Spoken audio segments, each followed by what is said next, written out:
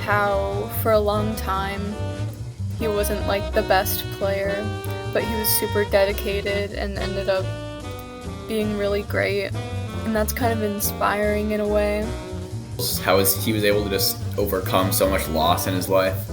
He lost so many family members, and he was addicted to drugs. And the fact that he was able to just quit cold turkey for the sake of continuing his music career, especially with a drug as addicting as heroin,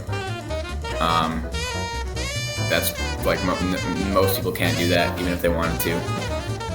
And the dedication-wise being to himself growing as a musician, because he knows that it was taking like a path on him. He was headed down a super dark road, and dedicated to being a good father, which I really respect. And that he got like so much better too musically, because he was already amazing, and he got better after cutting the drugs, which is that's insane. I really appreciate his the sentiment behind his expressive stuff, what he did in his later years. The world should care about John Coltrane because he pretty much pioneered tenor saxophone, and is arguably the most influential saxophonist and probably jazz musician of all time. Meaning the way he goes up and down the scales, he has all of these crazy chord changes, and it's no problem for him. And I know since I'm a musician firsthand how hard it is to really go up and down scales. Even chord changes is super hard when you're trying to solo over.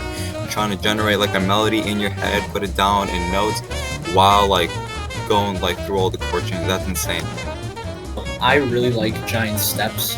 It's the song. It's just because it's insanely hard. I do really like Moment's Notice. That actually happens to be one of my favorites.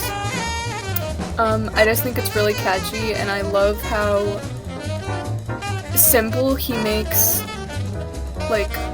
such a fast song sound. Even though when you break it down, it's pretty much just scales, but he does it in such a way that's really good. I don't know how else to describe it. And there's so much to be learned from him, and so much of what he did and what he pioneered is still very much present in how people play today. He changed society and culture. He's a really inspirational story. He really fought for civil rights during the civil rights movement. And he really influenced American culture, as well as he pushed music and jazz to a new height.